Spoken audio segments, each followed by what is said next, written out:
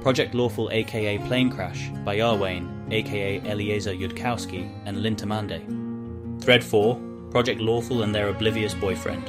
Episode 100.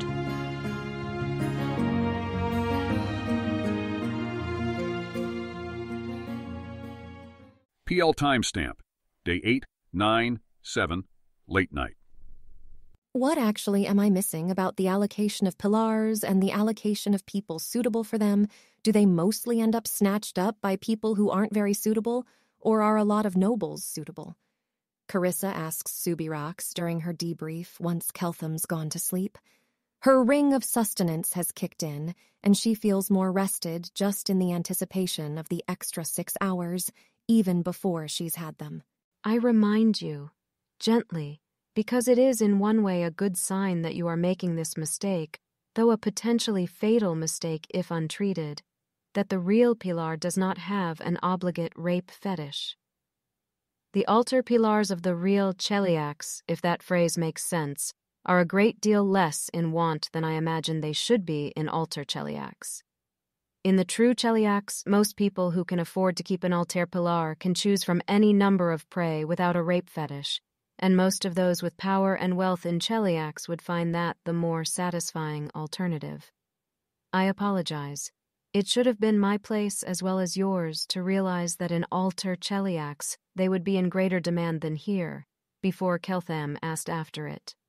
Right. I think I don't know enough about real Cheliacs to be good at thinking where I'll need to lie.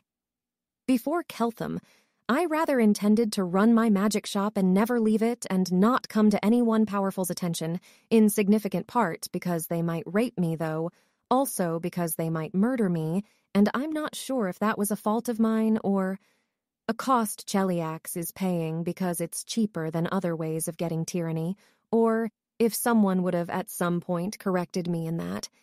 But it seems wasteful. I might previously have had a different answer, but I now think we're not actually very lawful compared to how evil we are.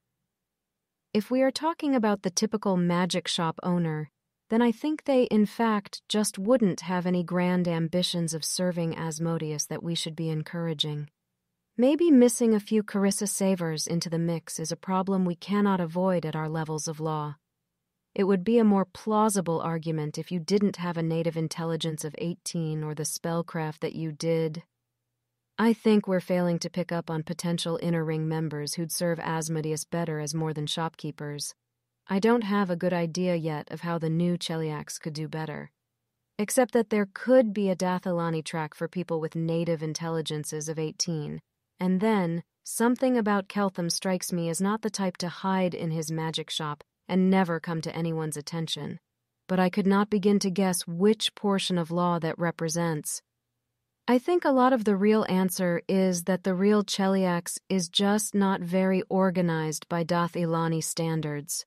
We aren't sweeping peasant villages for altar pillars and training the most attractive and intelligent ones for sale to the highest bidders that might make a more Asmodean use of them, because we simply aren't rich enough to afford infrastructure like that. Keltham has a bizarre attitude towards being deterred from doing things which might or might not have an evil Dathilani equivalent, and which actually seems important to figure out. I worry it's close to the fragment of law where he wouldn't just be a shopkeeper. If it's law, you're going to have to figure it out. Or maybe Asmodea. The only way I can make headway on it myself is by imagining that Dathilan shaped Keltham from childhood, not to become his evil self, in ways hidden from him. We may be doing the equivalent of wandering through a dungeon laid in his mind to prevent his escape, and wondering why there are so many traps lying around. Where did they come from? Who would put a spike pit there? Rings, partially true. He said a bunch of things about how he only cares what civilization would think of him in the sense that civilization is sensible, but I think it's why the possibility that we're specifically trying to get him to do things his civilization would abhor looms so large. I think Dathilan would be incredibly hostile to anyone, actually. Evil, and he admits it, tried quite hard to make sure he never learned he likes hurting people during sex. The law part is separate from that, though. If I were to take a stab at it, I'd say that If everyone will predictably not choose their course of action based on threats, then there's no point issuing them, so Dath Ilan worked incredibly hard to make everyone believe about themselves and about everyone else that they predictably won't choose their course of action based on threats. Which is just false of normal humans, but maybe they managed to make it true enough about Dath Ilani. Subirax doesn't see where Sever is going with this. Subirax is not currently having detect thoughts run on Sever.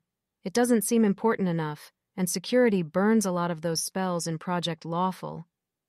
But maybe she's only meant to serve as a listening pet to the chosen of Asmodeus at this point. If my bedroom partners were immune to threats, they would be less fun in many ways, but that would leave enough forms of fun left to still take them. Jacint ventures. Being immune to threats, if that could be done, is not the same as being able to avoid reacting to pain in interesting ways. Nod. And also, it's only a threat in the relevant sense, I think, if it's costly to do, and you're doing it anyway as follow-through on the commitment, made in the hope you wouldn't have to pay it. Like, that we will flog thieves, that's a threat, because no one wants to expend all the resources tracking down and flogging the thieves. But if we didn't, then there'd be lots of them. If you say, I want to torture people to death, I just enjoy it. It's fun. But for reasons of maintaining a functioning organization, I commit to restraining unless you betray me. At which point, I'll do the thing I want to do. Not a threat. I think. I should run this by Asmodea, but Keltham's built off it at a very deep level, and it might be an edge. Evil Dath Ilan has that we can credibly promise punishment even to the kind of entity that doesn't respond to threats, as long as we're doing it because we genuinely love and enjoy it. My mind's picture of Keltham's civilization reacts by turning all our lands into fire and ash, if they can, or turning their own lands to fire and ash if they cannot. But perhaps I attribute too much pride to them. The Most High would know for certain how gods would see it. I think you're right about Dath Ilan's civilization. It has built itself into something that will destroy us, or destroy itself on contact. It can't live alongside anyone whose values are sufficiently different. I hope that's not true of Keltham's civilization. I don't want to lose him like that. I hope that even once it breaks, he'll look at us and see something that he is willing to live in the same world as. But maybe he won't, and then we kill him. And the only way she can protect him is by changing his mind. Or if she's wrong to think that Cheliax would win, then the only way she can protect the whole world is by changing his mind. Well, fine then, she'll do that. We are not forbidden to kill him. We are forbidden to maledict him.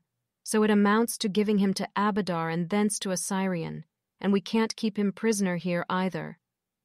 Whatever game is occurring, Asmodeus has not allowed us any easy lesser victories in it. Oh, well, Abadar doesn't want the world reduced to fire and ash either, right? Nethys might. Caden Kalian probably doesn't.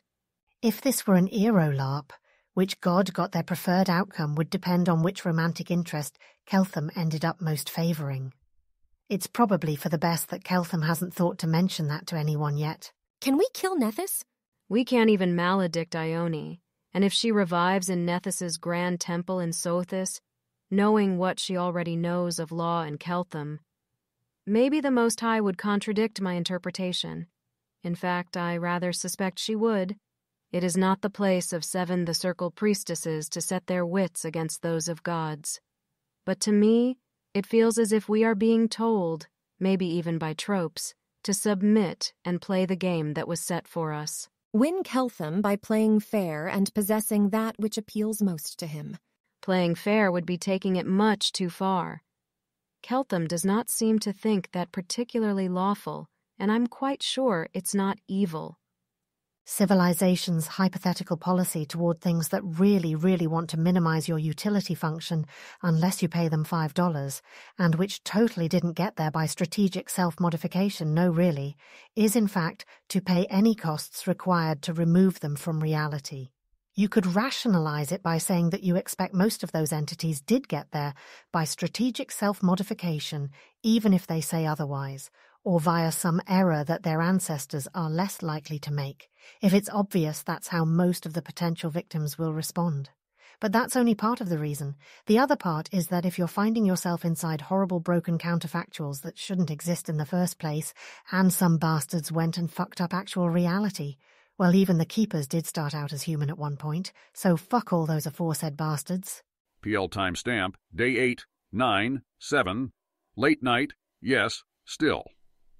Usually when security suddenly comes for you in the middle of the night while you're catching up on your project's paperwork, the scenario in which this happens is a lot more scary than the one Carissa Sever is confronting right now.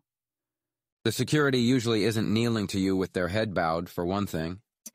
No, actually, that is stressful because he must have fucked up something badly enough. He's not sure if the low punishment rules still apply. What? My name is Olegario, Fifth Circle Conjuration Specialist. I was the security who watched over Zubirax's office, while you spoke to her of your thoughts on creating a place for Dath Ilani in Hell. I fear Hell. If it is not heresy to do so, and offends not Queen nor Church nor Hell, I would offer my allegiance to you in hopes of receiving whatever place in Hell there may be for the vassals of Dath Ilani who are not Dath Ilani themselves. Oh. Well, there's going to be a lot of that if she really does build something that's able to use more of people than the rest of Hell is building. Or even if she doesn't, but people hold out hope that she might. She feels dizzy. It feels like somehow, even though the stakes were plainly high enough for a god war, they just keep getting higher. She has to win Keltham, or he'll set up a civilization built off one that would destroy them if it could.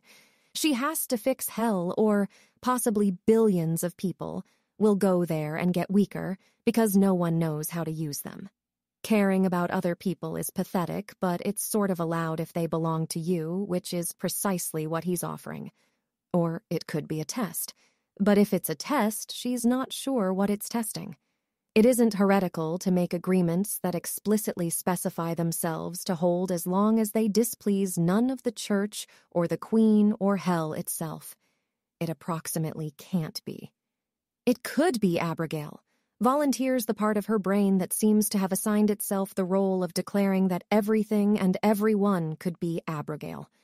She takes a moment to think. That's probably terrifying to him, but you're supposed to take a moment to think if you're doing anything actually serious, and this is incredibly serious. If it offends not Church, nor Queen, nor Hell, I accept your allegiance, she says. Though I'll have to build evil Dathilan before I can even begin to guess the use it will have for its vassals. I don't predict that it would have none. He remains kneeling. Have you any different orders for me, or requests of me? I'm going to go check if this does, in fact, offend Church or Queen or Hell, and then revisit that question. You're dismissed for now. Does her voice sound childish and incompetent to anyone except her? Olegario thought somehow that the Chosen of Asmodeus would already know what wouldn't offend Church, nor Queen, nor Hell. There is in his stomach the sickening feeling of having taken the wrong risk, a foolish risk, a doomed risk. Should he have waited? But the Chosen will have half of Cheliax wanting to swear to her if the opportunity becomes known and less risky, and she would have less use for a fifth circle then. He rises. I go then to watch over you, as is my duty this night, he says, and steps through her door to put back on his invisibility ring. The Chosen of Asmodeus really, really wishes she knew what would offend Church or Queen or Hell, but you see, actually, she's just fourth circle herself and holding all this together through the sheer conviction that a fly spell can't expire if you aren't looking at your watch. Okay, maybe she knows some things. Abigail's not going to object. Abigail would pay attention to Carissa amassing an independent power base, but Carissa's pretty sure at this point. Abigail's correctly assessed Carissa as not at all a threat on that front. And also, Fifth Circle conjuration specialists aren't even dangerous in that evaluation, especially. Hell presumably owns the wizard's soul, and if she makes it known she wants to buy it, the price will spike wildly. She wishes she could tell Keltham about this. He'd be a delightful accomplice in trying to solve problems like that. So that's just Church, to check. She goes to Mylal's office. This feels like a thing that has to do with Carissa's fairly inadequate tyranny. Mayol's office is empty. He is dead and raised, and his own ring of sustenance won't kick until tomorrow night. Right, that. She's gotten accustomed to thinking of him as just fixed in that chair for her to visit whenever it occurs to her. Subirax hasn't died recently. She should be up. She is always ready, if perhaps a bit nervous at this point, to receive the chosen of Asmodeus again. Carissa recounts what happened. I expect it might come up again. My not alarming Her Magistrix is between us, I understand, but would anything I might do inspire concern from the church? Yes. Quite a lot of concern, actually. I think this is a matter for the Most High, period. Understood.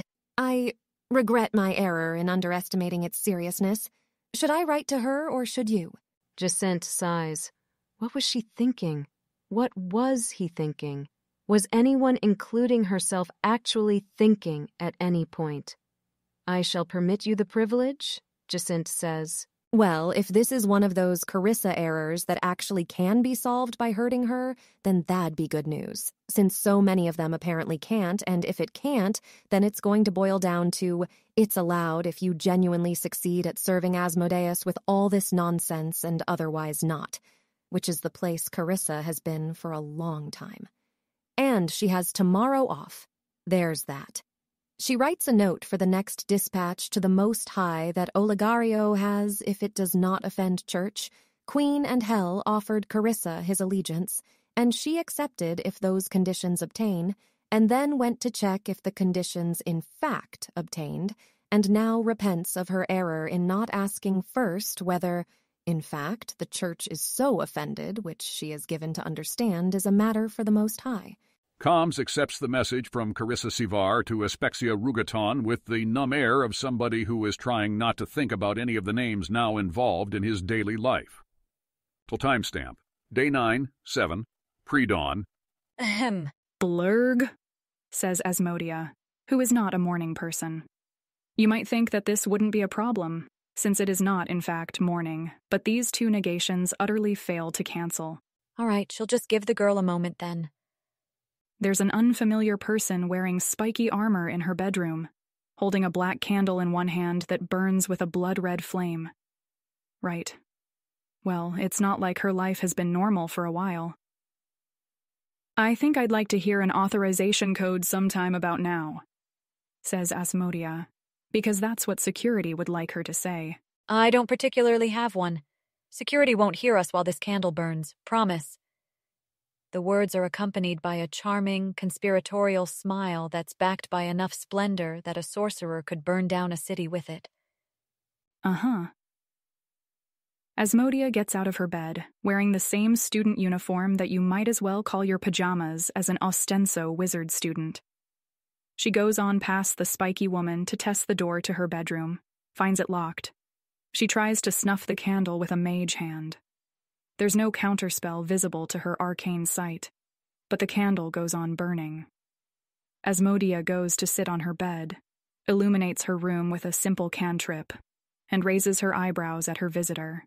Are your loyalties by any chance for sale? Anyone can be bought for the right price. You might have some trouble finding mine. Actually, that's sort of altered Cheliax's Asmodia, not real Asmodia.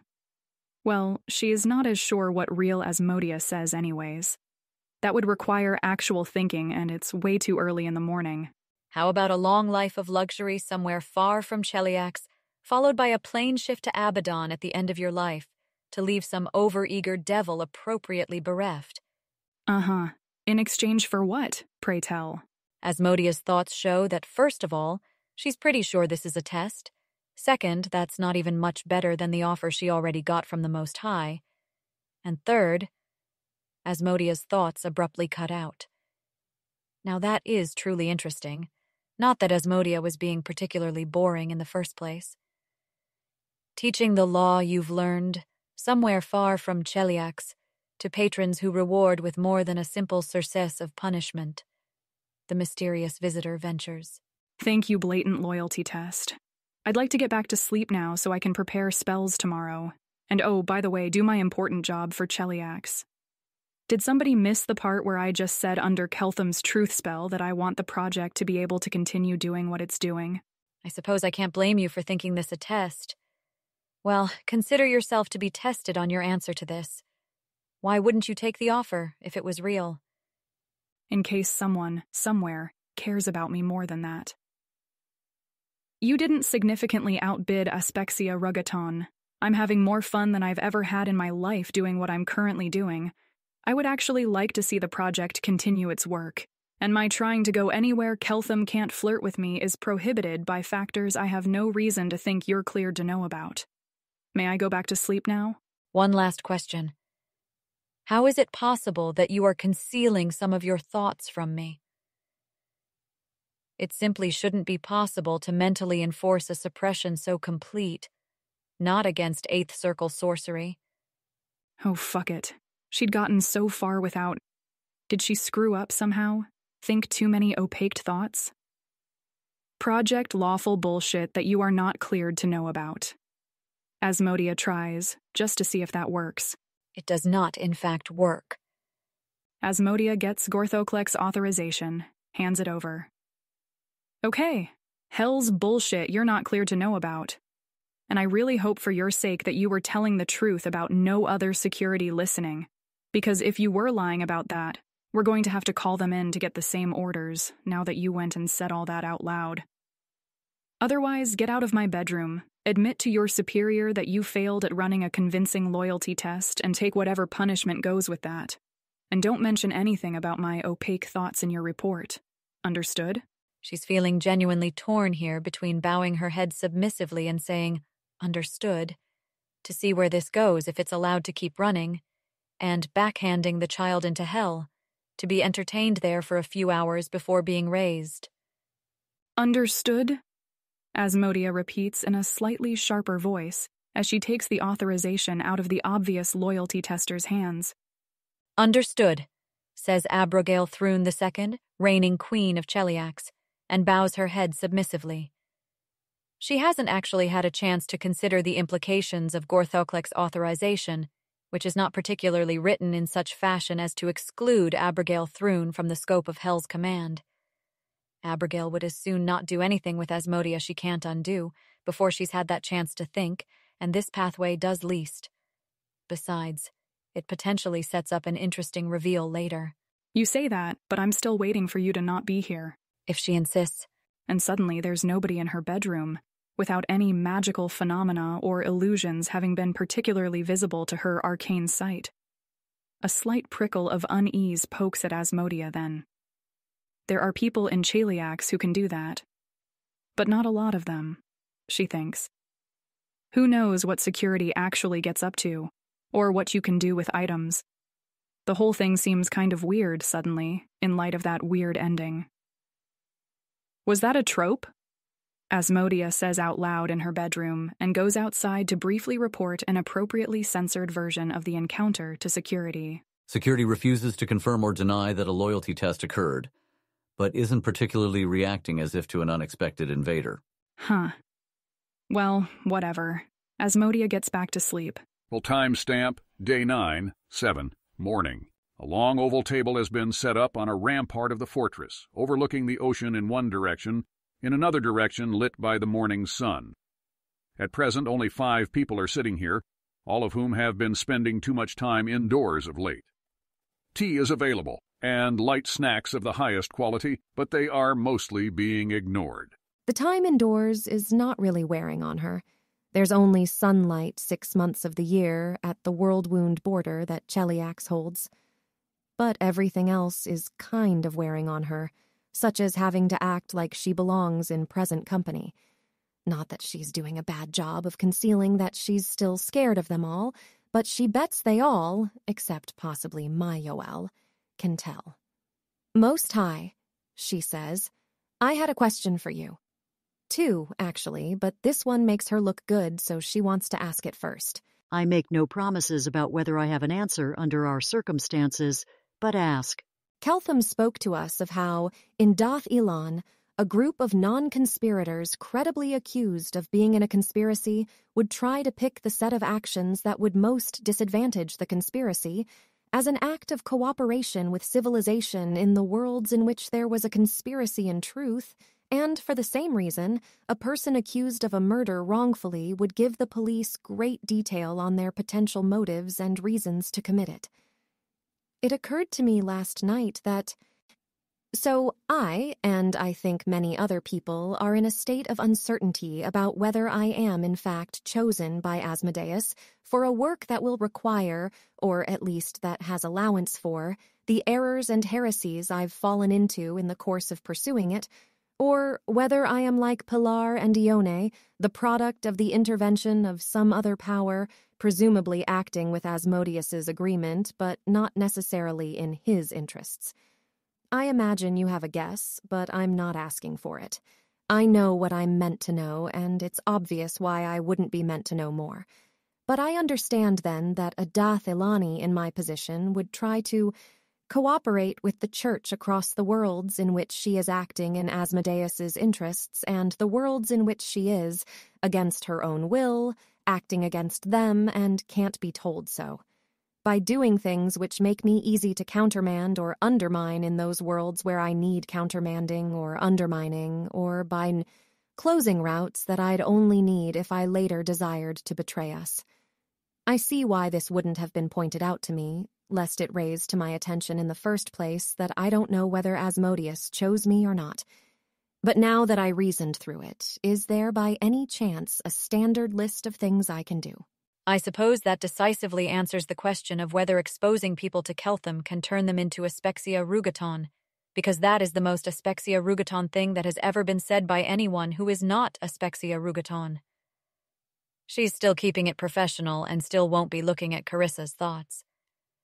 Alas, your infernal Majestrix, it is easier to sound like me than to be me. Sever.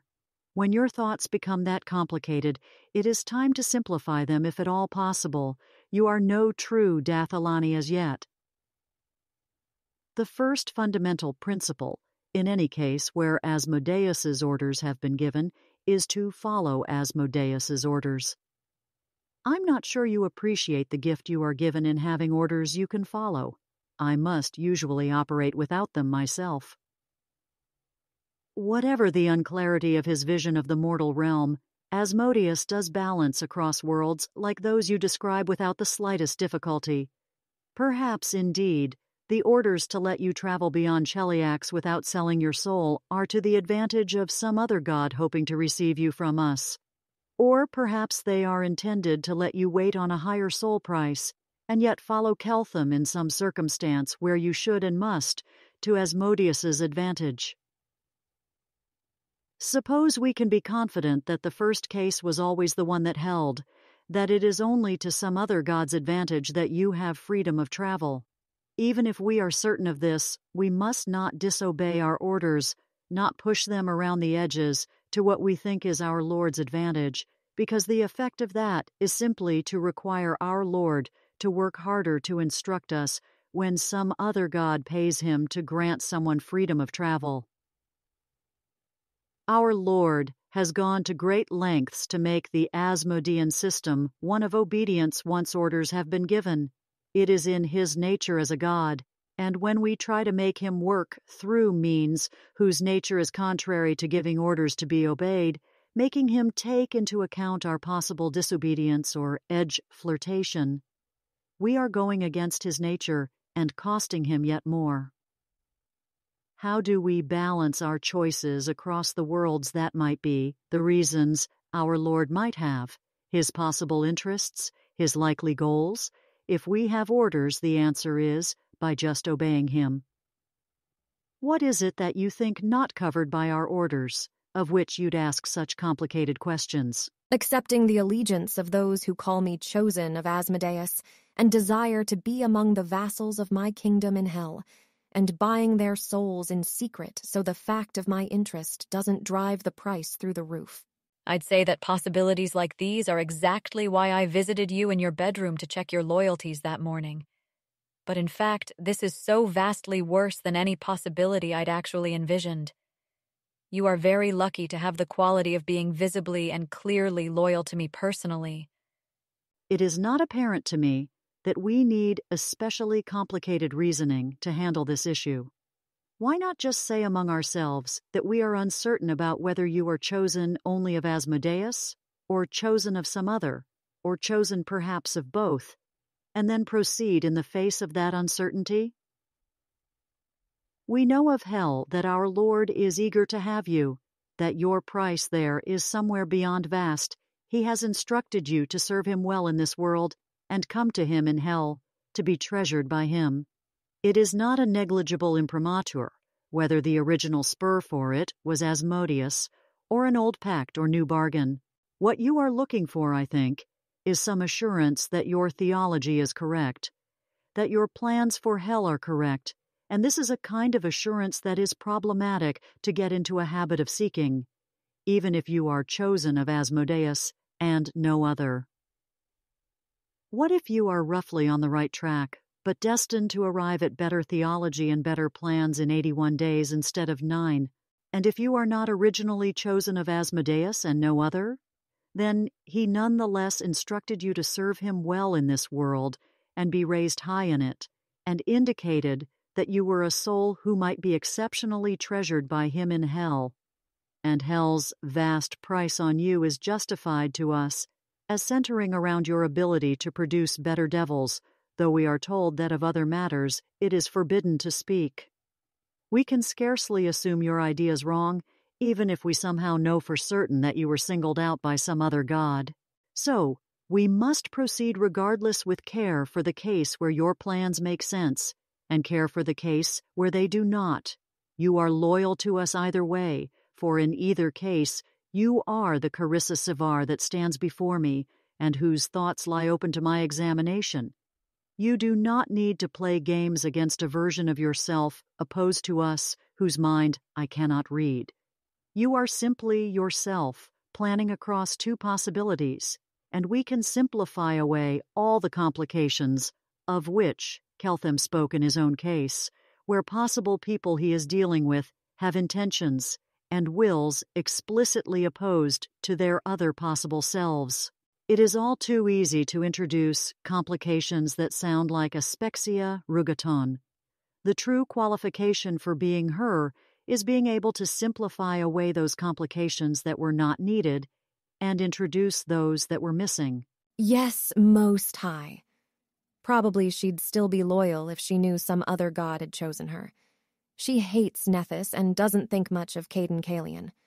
Most people apparently aren't loyal when they have options, but probably she'd still be loyal even if she knew for sure and doesn't need to play against a traitor. She would never be. Aspexia notes the rather visible absence of Abadar and Aurori from Sivar's consideration after she was told to stay out of Axis and not to think herself Aurori, and has fallen in love with Abadar's cleric. Aspexia hesitates, though, to inquire further of Sivar upon those two right at this moment. Sivar is making progress herself, in some directions, even as she becomes more worrying within others. Neither does she remind Sivar that she was offered support in descending into cruelty, wickedness, and the darkness of her own soul, on which Sivar has not made much visible progress recently. They were instructed not to be proactive about that. A worrying sign, however. What does all that amount to in practice, though, as policy? I know what my first thought would be, but Keltham seems to think that I should not speak mine until others have spoken theirs. I see some amusing possibilities in the practice, maybe even useful ones. Maelyol? Fuck Keltham. Seriously. No. It's a huge disaster and explosion waiting to happen, and strikes at the heart of the Chelish state itself. Tell Oligario no. Put the whole concept under real, actual, no rumors classification. Subirax? Abigail? I stand by my ordering. Subirax?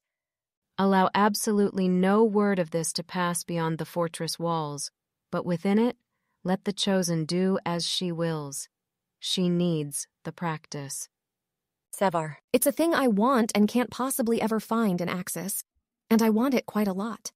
But it does seem to me like a terrible plan if I get out of hand in the future, and possible that I am, rather than finding the wickedness and cruelty I'm supposed to be looking for, mostly finding the high opinion of myself and enjoyment of power that aren't going to be sufficient for whatever I need to be cruel and wicked for. I could imagine myself getting eternally distracted from cruelty and wickedness by trying to do whatever seems most practical from where I presently stand. And since where I presently stand is, as the heretic who is testing what happens when you don't punish people very much, I'd end up trapped in a set of results that you can reach from that start while only doing things that accumulate resources, and which is worse than the place I'd land if I was doing something better. So, I don't know, which is why I have referred the question to my betters. If there were any doubt in my heart that my loyalty to you will survive any power at all I might attain, she adds to Abigail, then I wouldn't do it, because that seems like a great way to set myself on a course where I betray you eventually, or look tempted to, or even just look infuriatingly like I think I could get away with it. But there's no doubt in my heart there, and you can look as long as you'd like. Keeping it professional. Mostly. That was professionally necessary. Sometime later, dear. The way in which your thoughts change when I read them is not something you should be juggling right now. My own impulse would be to prohibit all such shifts of allegiances until we are sure there are any new places in hell to be had, and that all offers of such are aligned to the purposes of church and crown, perhaps required to be approved by them. I see possibilities of explosive disappointment here, and Oligario's unilateral decision that these places are to be offered at the whim of individual Ilani to their vassals is one I do not recall approving. Aspexia, your decision? I yield it fully to you. This is very, very obviously a matter that impinges on Asmodeus's own fun. Realistically, the most important consideration here is Sevar herself. If Subirax thinks that Sevar having her own fiefdom is likely to produce good effects on her spiritual development, all else must yield to that, provided we think that we can in fact restrict that information sufficiently tightly that it does not affect the rest of Cheliax. Abigail? Mayol, fail your will save against my detect thoughts, and then think about whether it can in fact be done, given conditions on the project. I see.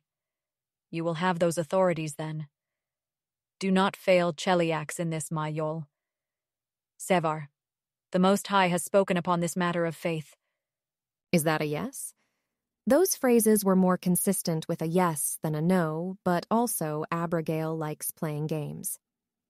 And now we speak of politics, Your Majesty?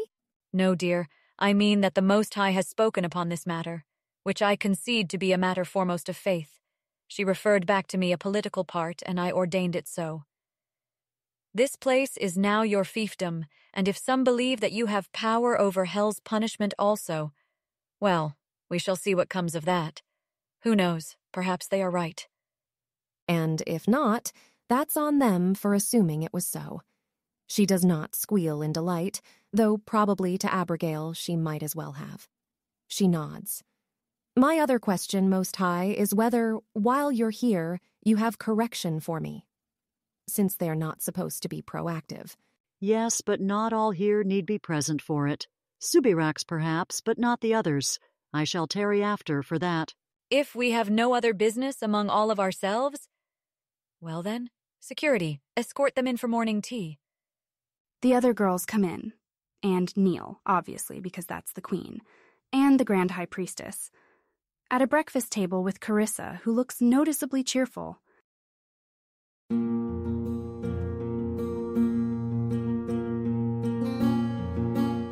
If you wish to support this AI reading and others like it, please visit patreon.com/AskWhoCastsAI. Any help is appreciated. And thank you to executive producer John Doe 7776059.